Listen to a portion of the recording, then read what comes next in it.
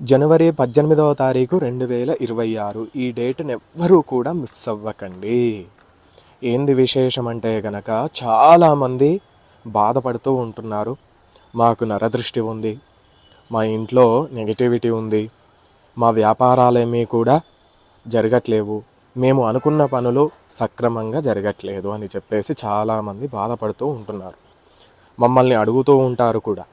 కాబట్టి మీరు ఆ రోజు పీచు తీయని కొబ్బరికాయను తీసుకొని మీ యొక్క గుమ్మానికి, మీ ఇంటి గుమ్మానికి రెంట్ హౌస్ అయినా పర్వాలేదు, మీరు ఓనర్స్ అయినా పర్వాలేదు, ఆ రోజు ఇంటి గుమ్మానికి పీచు తీయని కొబ్బరికాయను తీసుకొని ఇంటి గుమ్మానికి 3 సార్లు కుడివైపు 2 సార్లు ఎడమవైపు గుమ్మానికి తిప్పేసి, అదేవిధంగా ఆ కొబ్బరికాయను తీసుకొని ఎక్కడ ఎవ్వరు తొక్కని ప్లేస్లలో పడేసి మీరు వెనక్కి తిరిగి చూడకుండా వచ్చేసేయండి.